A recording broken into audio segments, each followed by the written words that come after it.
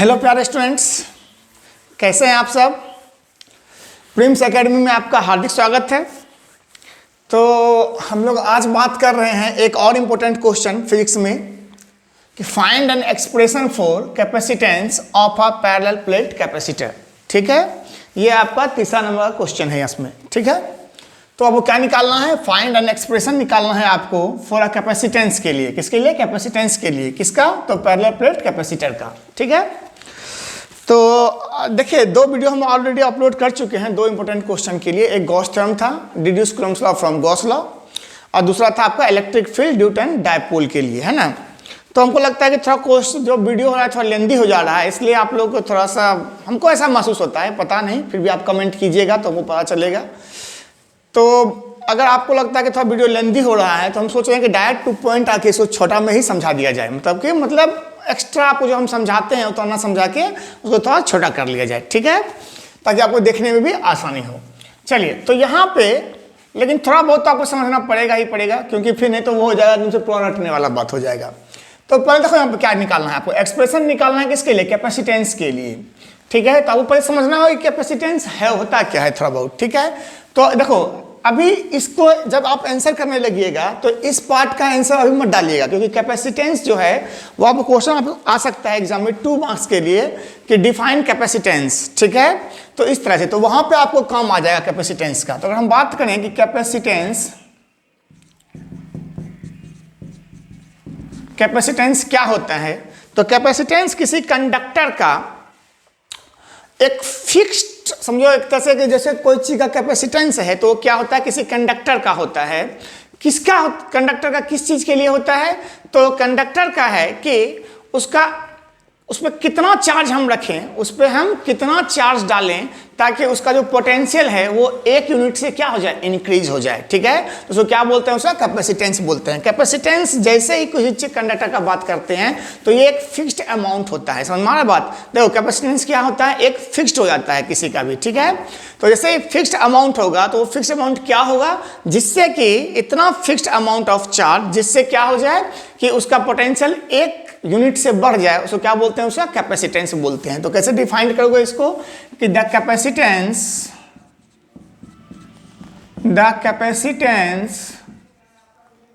Of a conductor is defined as the charge required to increase the potential of conductor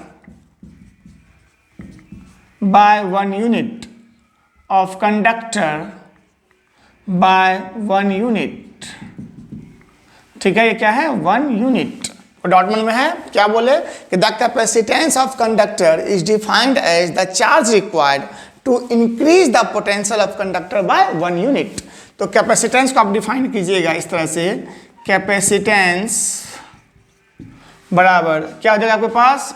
तो देखो क्या बोल रहा है, charge required to increase the potential by 1 unit. तो यहां पे क्या हो जाएगा, charge by volt, charge by volt. ठीक है, तो या वोल्ट मतलब क्या हो गया, पोटेंशियल कर दो, चार्ज बाय पोटेंशियल कर लो, इसको चार्ज बाय पोटेंशियल कर दो ताकि वोल्ट आपको यूनिट हो जाएगा उसका, चार्ज बाय पोटेंशियल।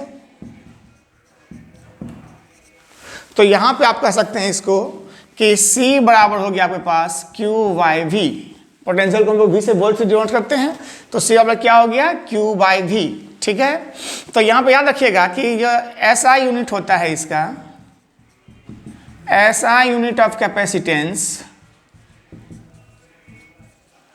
बराबर होता है चार्ज से क्या हो जाएगा, जरा बताओ तो इसका। ऐसे तो इसको लिखते हैं फराड। क्या लिखते हैं इसको? फराड।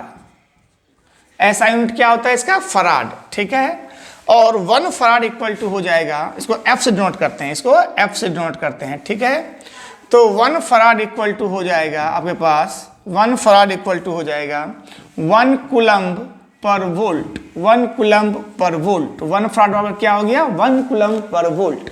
और 1 फराड जो है वो बहुत बड़ा यूनिट होता है, इसलिए हम लोग मिली फराड या माइक्रो फराड में भी इसको डिनोट करते हैं। तो 1 मिली फराड कितना हो जाएगा, 10⁻³ फराड। और 1 माइक्रो फराड बराबर कितना हो जाएगा, 10⁻⁻6 फराड। ठीक है, इस चीज़ को आप लोग याद रखिएगा। अच्छा, इसका डायमेंशन भी हम अगर आपको लिख दें तो इसका डायमेंशन जो होता है, चलो हम यहाँ पे लिख देते हैं इसका डायमेंशन, यहाँ पे लिख रहे हैं इसका डायमेंशन। डायमेंशन जो होता है इसका जो डायमेंशन होता है, डायमेंशन जो होता है कैपेसिटेंस का, वो होता है m-1 L-2 T⁴ a का स्क्वायर। इसको नोट डाउन कर लो। ये कैसे आया तो हम डिटेल करेंगे तो बहुत लंबा वीडियो हो जाएगा थोड़ा सा। m-1 L-2 T⁴ और a का स्क्वायर। ठीक है, इसको नोट डाउन कर लीजिए। तो ये था कैपेसिटेंस के बारे में, क्योंकि हमको कैपेसिटेंस तो बहुत जानना था, क्योंकि हमको पैरेलल प्लेट कैपेसिटर का ही ना कैपेसिटेंस निकालना है भाई। तो इस कारण से ये आपको थोड़ा सा जानने की जरूरत था इसको। ठीक है, इसको नोट डाउन कर लिया आप लोग। तो अब जब आप कैपेसिटेंस को समझने लगे हैं, मतलब क्या है कि उसका पोटेंशियल जो है आप 1 यूनिट से बढ़ाना चाहते हैं, तो आप उसको क्या देना होगा, चार्ज देना होगा। आपको पता है ना भाई कि चार्ज और पोटेंशियल में डायरेक्ट रिलेशन होता है। चार्ज बढ़ाओगे तो पोटेंशियल इंक्रीज करेगा उसका। तो इसका मतलब क्या है कि किसी भी कंडक्टर का अगर आपको कैपेसिटेंस का पता करना है तो इसका मतलब क्या होगा कि जितना चार्ज रिक्वायर्ड है उसको, उसके पोटेंशियल को 1 यूनिट से बढ़ाने के लिए, वही उसका क्या हो जाएगा, कैपेसिटेंस हो जाएगा। कोई डाउट है मन में यहाँ तक? चलिए इसको नोट डाउन कर लीजिए। अब आगे बढ़ते हैं। तो अब आते हैं अब इस क्वेश्चन का जो आपको आंसर लिखना है। ठीक है,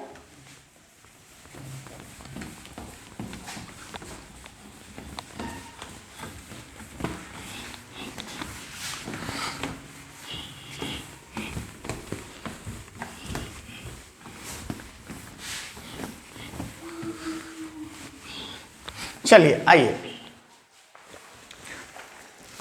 तो अब हम बात करते हैं कि अब इसका आंसर क्या होगा, इस क्वेश्चन का जो आंसर होना चाहिए वो क्या होना चाहिए। यहाँ पे क्या बोल रहा है कि कैपेसिटेंस के लिए आपको एक्सप्रेशन फाइंड आउट करना है। किसके लिए, पैरेलल प्लेट कैपेसिटर के लिए।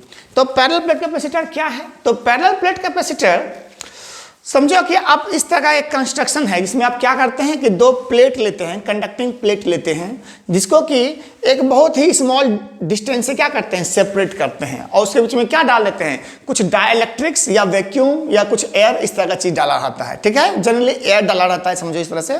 ठीक है, तो इसको ऐसे लिखो कि ए पैरेलल प्लेट कैपेसिटर, इसका आंसर देखो, इसका आंसर आप यहां से शुरू कीजिएगा आप इस तरह से लिखने के लिए। ठीक है, लिखो इसे कि ए पैरेलल प्लेट कैपेसिटर, पानी आया था ना, a parallel plate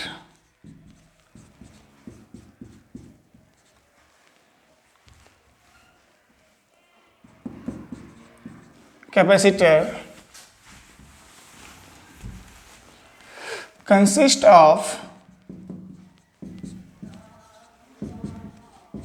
2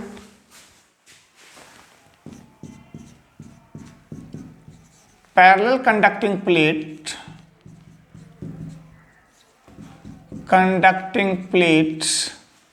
separated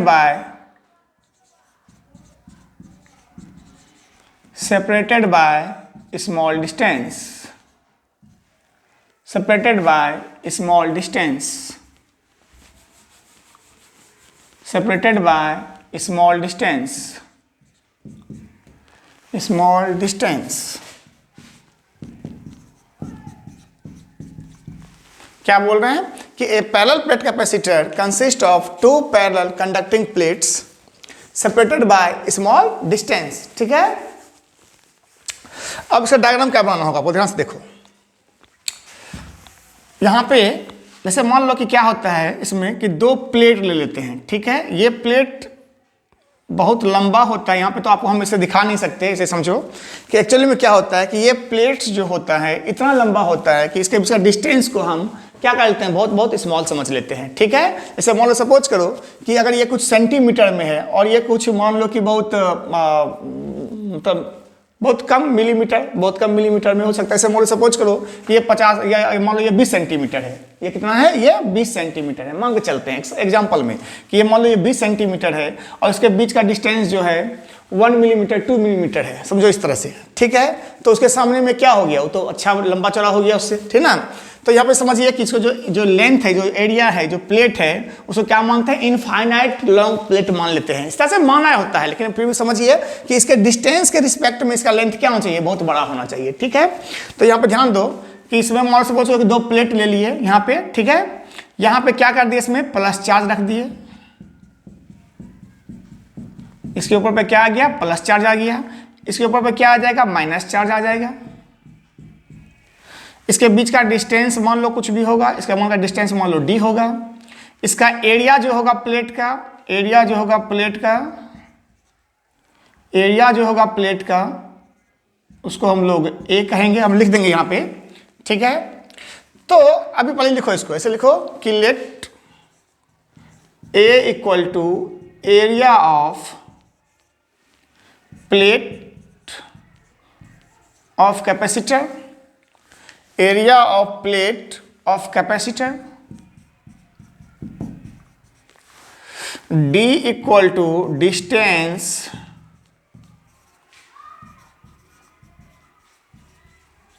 between the plate, sigma मान लीजिए इसमें से, सिग्मा बराबर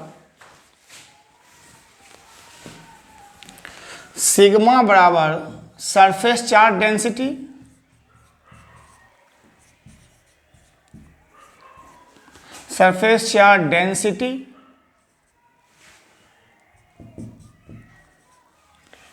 टी वाई कर देना, ऐसा टी वाई डेंसिटी, और Q मान लो total charge on each plate, एक पे प्लस Q चार्ज रहेगा, एक पे माइनस Q चार्ज रहेगा, ठीक है। तो एक का जो सरफेस चार्ज डेंसिटी क्या हो जाएगा, सिग्मा में प्लस हो जाएगा और एक में क्या हो जाएगा, माइनस हो जाएगा, ठीक है। लेकिन हम यहाँ पे आपको इस तरह से दिखा रहे हैं, ठीक है। अब यहाँ पर ध्यान दीजिए एक्चुअली क्या होगा, समझना इस बात को, यहाँ पर देखो क्या कर रहे हैं इसमें से। एक्चुअली जब हम कैपेसिटर बनाते हैं तो हम क्या करते हैं कि 2 प्लेट ले लेते हैं, समझो इस बात को, 2 प्लेट ले लेते हैं, ठीक है। प्लेट जो है बहुत मतलब इस तरह का लंबाई का हो, उसके बीच का डिस्टेंस क्या हो, बहुत कम हो। जैसे मान लो 2 हथेली है, सपोज करो, इसको 2 प्लेट समझो, इसके बीच का जो ये डिस्टेंस हम रख दिए अभी, तो जो बीच का डिस्टेंस है, इसके सामने में जो प्लेट का जो लंबाई है वो क्या है, एरिया है वो क्या है, बहुत ज़्यादा हो गया है ना, बहुत कम होना चाहिए उसके बीच में, ठीक है। तो अब यहाँ पर ध्यान से देखिए इसके बीच में क्या होता है, तो इसके बीच में जनरली एयर भरा हुआ रहता है, ठीक है। तो अभी देखो कि यहाँ पर क्या होगा कि एक प्लेट पर जितना हम प्लस चार्ज रखते हैं, उसके दूसरे प्लेट पर जो है उतना ही माइनस चार्ज होता है। तो आपको हम पिछले वाले वीडियो में बताए थे कि एक इलेक्ट्रिक फील्ड बनेगा, कहाँ से कहाँ की बनेगा, तो प्लस से माइनस की ओर बनेगा, ठीक है ना। एक इलेक्ट्रिक फील्ड प्लस से माइनस की ओर आता हुआ बनता है ना, ठीक है। तो यहाँ पे क्या हो जाएगा, एक इलेक्ट्रिक फील्ड जनरेट हो जाएगा, ठीक है। तो इस इलेक्ट्रिक फील्ड को हम लोग ई से डिनोट कर लेते हैं, मान लो यहाँ पे एक इलेक्ट्रिक फील्ड बन गया, ठीक है। अच्छा, अब तुम बोलो ऐसा कि प्लेट है तो इसके ऊपर भी तो इलेक्ट्रिक फील्ड बनता होगा। तो यहाँ पे एक बात समझना कि इसके इस रीजन में या इस रीजन में जनरली क्या होता है। तो देखो वो अपर रीजन के बारे में बात कर ले पहले। तो यहाँ पे जो फील्ड बनता है, इलेक्ट्रिक फील्ड बनता है, वो किसके कारण से बनेगा, इस प्लेट के कारण से बनेगा। अपर प्लेट के कारण से किधर बनेगा, ऊपर की ओर बनेगा, ठीक है। और नीचे वाला प्लेट के कारण से कहाँ होगा, अंदर की ओर बनेगा। ध्यान समझिए, ऊपर वाले प्लेट में क्या होगा कि इस नीचे वाले माइनस के कारण से और इस ऊपर में प्लस के कारण से, ठीक है, क्या बनता होगा। जब देखो ध्यान से, इसके कारण से ऊपर में क्या बनेगा, एक इलेक्ट्रिक फील्ड आउटवर्ड्स बनेगा, और इसके कारण से जो फील्ड बनेगा कैसा बनेगा, एक डाउनवर्ड्स बनेगा। तो इसका मतलब है कि ये आपस में क्या हो जाएगा, अपवर्ड डाउनवर्ड क्या होता है, कैंसिल हो जाता है, और ई का मान क्या हो जाता है, 0। सेम चीज यहाँ भी लागू होता है। इस प्लस के कारण से यहाँ पे क्या बनता है, इधर बाहर की ओर बनता है, और इस माइनस के कारण से क्या होता है, इधर अंदर की ओर बनता है। तो यहाँ पे इलेक्ट्रिक फील्ड क्या होता है, 0। तो इसी चीज को हम अभी लिखने वाले हैं, ठीक है। लेकिन बीच में क्या होगा समझना, बीच में क्या होगा कि एक इलेक्ट्रिक फील्ड से कारण से इधर बनता है, ठीक है, इस तरह से बनता हुआ होता है। और सेम लाइक में नेगेटिव चार्ज भी क्या करता है, अपनी ओर ही एक फील्ड बनाते रहता है, खींचते हुए रहता है इस तरह से, इस तरह से। तो ये आपस में क्या हो जाता है, ऐड हो जाता है, ठीक है। इस बात को याद रखिएगा। क्या बताए कि आउटर देखो यहाँ रीजन में और यहाँ रीजन में, ठीक है, इलेक्ट्रिक फील्ड जो होता है वो क्या होता है, जीरो हो जाता है, क्योंकि जितना इसके ऊपर प्लस चार्ज है उतना यहाँ पे क्या है, माइनस चार्ज है। तो जितना फील्ड प्लस चार्ज इसको आउटवर्ड्स बनाता है बाहर की ओर, उतना ही क्या करता है, इनवर्ट्स बना लेता है ये वाला नीचे वाला। तो यहाँ पे क्या होता है, जीरो हो जाता है, ठीक है। तो इसको दिमाग में रखिएगा। तो यही चीज हम यहाँ पे लिखने वाले हैं आपके लिए, ठीक है। तो इसको हम पहले इसको आप उतार लो, फिर हम इसको मिटा देते हैं, ठीक है। जल्दी करो, चलो इसको हम मिटा रहे हैं।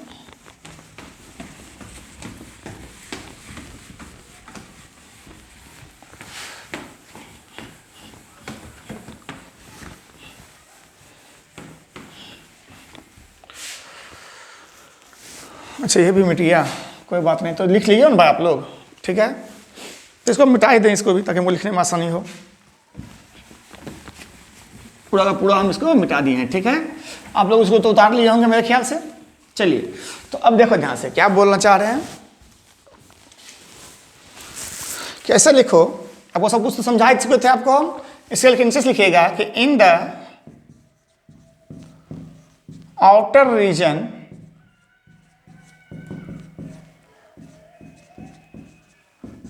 above the upper plate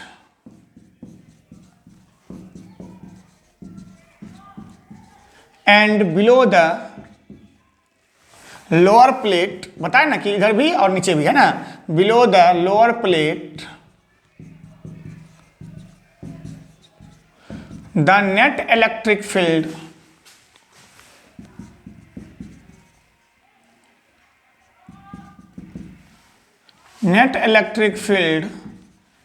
will be zero।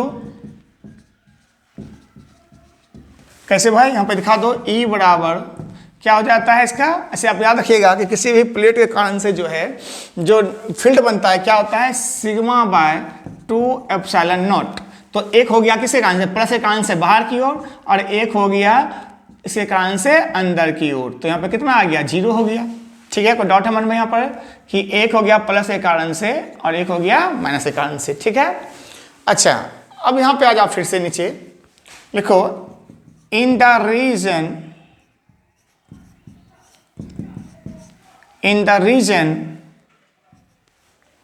between the two plates the net electric field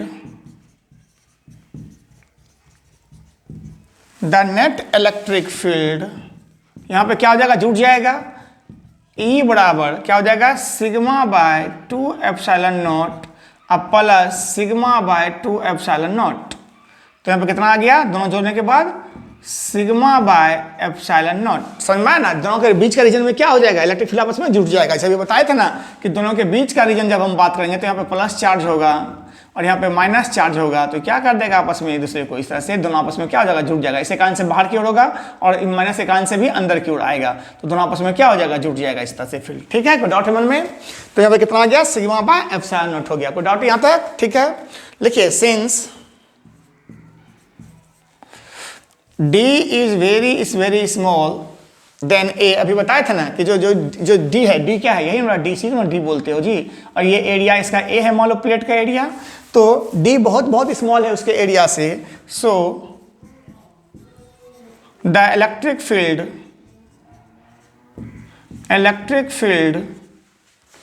inside the region is uniform, ठीक है। यहां तक हो गया। चलिए इसको लिखिए यहां तक, ये सब आंसर का पार्ट है भाई, क्वेश्चन में अच्छा अपना आंसर सही से, ठीक है। यूनिफॉर्म, चलो जल्दी से इसको उतारो।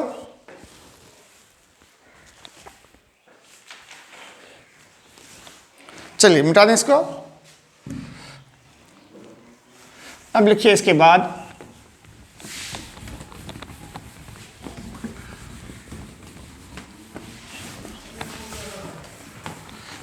लिखिए, अब समझो बात को। तो अब एक चीज और आपको जानना है, क्या चीज कि अब यहाँ तो फील्ड तो वैसी बात है कि क्या हो गया यहाँ पर से कि इधर भी जीरो हो गया, इलेक्ट्रिक फील्ड कहाँ हो गया, इधर भी बाहर भी जीरो हो गया। और अंदर भी इलेक्ट्रिक फील्ड क्या हो गया, 0 हो गया। लेकिन जो नेट इलेक्ट्रिक फील्ड कहाँ है, यहाँ पे रह गया है इलेक्ट्रिक फील्ड, है कि नहीं, यहाँ पे इलेक्ट्रिक फील्ड आपके लिए बचा हुआ रह गया है, ठीक है। तो अब जो इलेक्ट्रिक फील्ड आया था इसका वैल्यू भी कितना रह गया आपके पास, तो ई बराबर कितना आ गया बोलो, सिग्मा बाय एप्सिलॉन नॉट हो गया ना, सिग्मा बाय एप्सिलॉन नॉट, ठीक है। इलेक्ट्रिक फील्ड आ गया आपके बीच में, ठीक है। अब यहाँ पे देखो इलेक्ट्रिक फील्ड, देखो आपको पास क्या निकालना है, कैपेसिटेंस निकालना है। तो कैपेसिटेंस का फॉर्मूला क्या होता है, तो सी बराबर क्या लिखाए थे अभी, क्यू बाय वी लिखाए थे।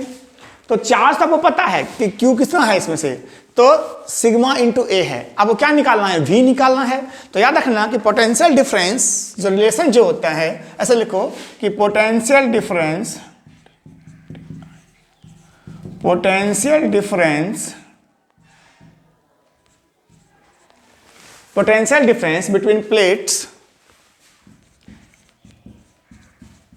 between plates equal to electric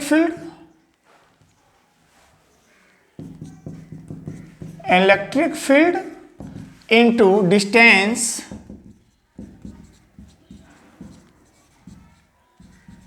between the plates। तो इसका मतलब है कि आप भी बराबर पोटेंशियल डिफरेंस को भी से डिनोट करते हैं, क्या बोल रहे हैं, पोटेंशियल डिफरेंस को भी से डिनोट करते हैं। तो भी बराबर क्या हो जाएगा, electric field into distance, distance कितना था, डी था, तो भी बराबर क्या हो गया, ई इंटू डी हो गया, ठीक है। यहाँ तक कोई मन में डाउट। अच्छा, तो इसका मतलब है कि v का मान जब आप निकालोगे, तो v बराबर क्या हो जाएगा, e का मान कितना आया था बताओ, sigma bye epsilon not into D, sigma bye epsilon not into D अभी निकाले थे ना, ठीक है यहाँ तक। चलिए, तो अब बात हम करते हैं यहाँ पर से, आपके पास v भी निकल गया और आपके पास टोटल चार्ज पता ही आपको q बराबर, ठीक ना। अच्छा, टोटल चार्ज जो था, टोटल चार्ज q बराबर क्या था बताओ, सिग्मा a था, ठीक है। तो अब इसके बाद लिखो इस तरह से कि चलो इस लाइन को इतना दूर से हटा देते हैं, यहाँ से यहाँ से हटा लेते हैं पास में ही, ठीक है, क्योंकि जगह कमी है ना भाई हमेशा।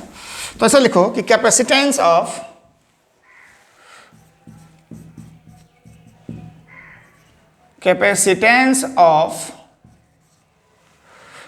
पैरेलल प्लेट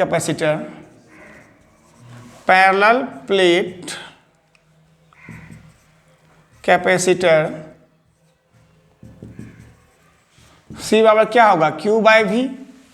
तो यहाँ पे आप C बराबर लिखिए, तो Q कितना है उसमें बताओ, सिग्मा A बाय V कितना निकला यहाँ से बताओ, देखो sigma D bye epsilon not, sigma D bye epsilon not, ये सब सिग्मा होता है पता है ना भाई, सरफेस चार्ज डेंसिटी को सिग्मा से डिनोट करते हैं, ठीक है। तो देखो सिग्मा से सिग्मा कैंसिल आउट हो गया, तो मेरे पास क्या बचा, C बराबर epsilon naught A by D, यही है तुम्हारे लिए formula, epsilon naught A by D, ठीक है। तो यहाँ पे लिखिएगा, यहाँ तो हो गया लास्ट, आपको आंसर यहीं पे छोड़ देना है, चाहो तो आप कुछ लिख सकते हो कि हेंस कैपेसिटेंस ऑफ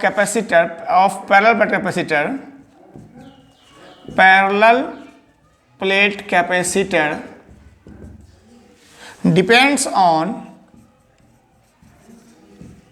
पहला बात लिखिएगा, डिपेंड्स ऑन, पहला क्या हो गया बोलो, area of capacitor, area of plate of capacitor कर दो, area of plate of capacitor, मतलब एरिया बढ़ाओगे तो कैपेसिटेंस क्या हो जाएगा, बढ़ जाएगा।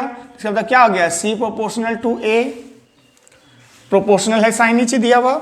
दूसरा है क्या चीज कि डिस्टेंस बिटवीन